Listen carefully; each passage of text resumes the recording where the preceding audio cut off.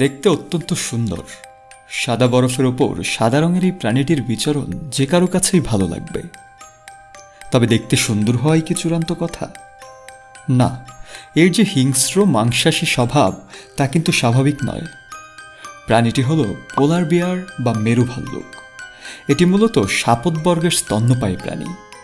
এই প্রাণী আয়তনে মানুষের চেয়ে অনেক বড়।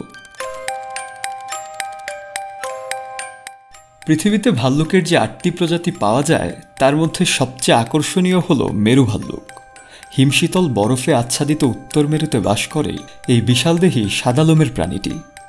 এই প্রজাতির প্রাণীর প্রাপ্তবয়স্ক পুরুষদের ওজন ৩০০ থেকে ৮০০ কেজি অথবা ৬৫০ থেকে ১৭৫০ পাউন্ড পর্যন্ত হয়ে থাকে।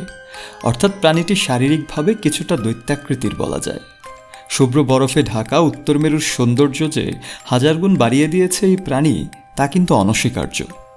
বরফের এই মানবহীন প্রান্তরে তারা যেন গড়ে তুলেছে নিজেদের সাম্রাজ্য।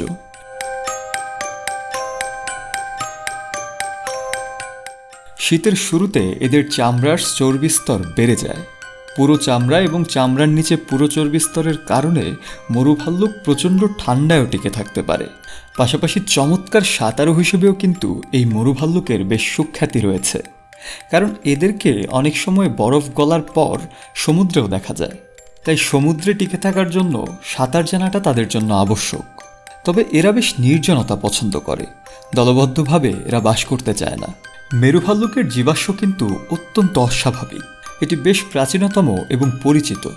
ধারণা করা হয় এর বয়স প্রায় ১,১০,০০০ থেকে ১,৩০,০০০ বছর।